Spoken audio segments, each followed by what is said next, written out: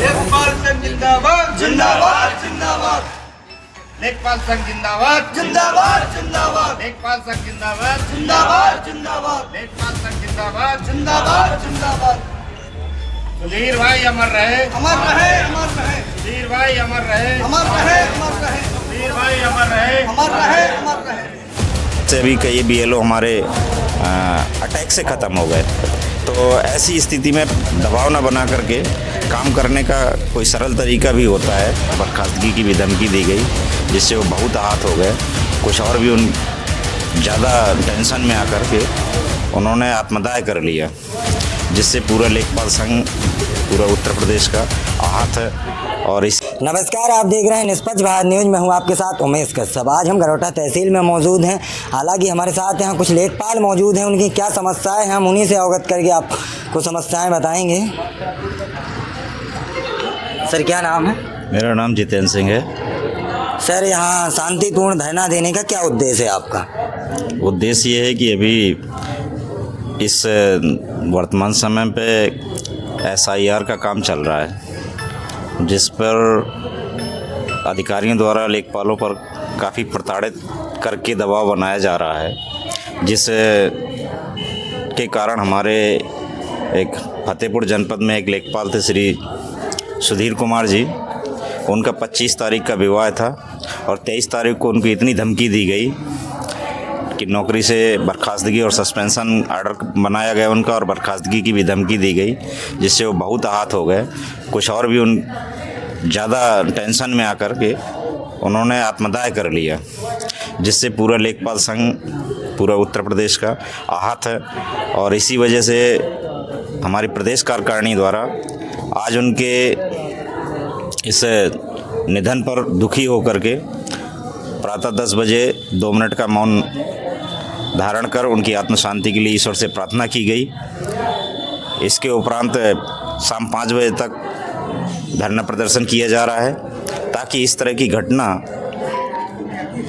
की पुनरावृत्ति ना हो सके। और जो घटना हुई है, यदि मैं अपने दुखित शब्दों में कहूँ तो यही कहूँगा, एक दुर्दांत घटना है, इसे भुलाया नहीं जा सकता है। हालांकि आप सरकार और सिस्टम से इस विषय पर क्या मांग करते हैं? सरकार और सिस्टम से यही मांग है कि काम के साथ साथ व्यक्ति की समस्या, उसकी आवश्यकता को भी समझें। ऐसा कोई दबाव ना बनाए जिससे लोग किसी ऐसे अप्रिय घटना का शिकार हो जाएं, जिससे समस्या पैदा हो जाए, या कोई आत्महत्या करना, या बहुत से लोग जैसे अभी कई बीएलओ हमारे अटैक से ख़त्म हो गए। तो ऐसी स्थिति में दबाव ना बना करके काम करने का कोई सरल तरीका भी होता है। ज़्यादा प्रेशर देने से लोग बेचैन हो रहे हैं और बेचैनी से अपनी जान गंवा रहे हैं। तो मेरे शासन से और माननीय निर्वाचन आयोग से यही मांग है कि काम को थोड़ा समय दीजिए। काम जटिल है, इसलिए समय लग रहा है। ऐसा प्रेशर न बनाइए जिससे लोग अपनी जान से हाथ धो बैठें। आप देख रहे हैं, हालांकि हमारे साथ जो लेखपाल बैठे हैं उनका कहना है सरकार से और सिस्टम है से कि जो एसआईआर देश में चल रहा है, उस एसआईआर के तहत कई बीएलओ अपनी जान गंवा चुके हैं। इसी बीच हमारे आप देख रहे हैं सारे में जो इतने बीएलओ बैठे हैं, इनकी समस्याएं हमारे साथ और भी, हम उन लोगों से भी बात करेंगे। सर, क्या ज़रूरत पड़ी कि आप लोगों को धरना देना पड़ा? जी सर, हमारे एक लेखपाल साथी हैं, फतेहपुर जनपद में तैनात थे, श्री सुधीर कुमार जी। इनकी 26 नवंबर को शादी होनी थी।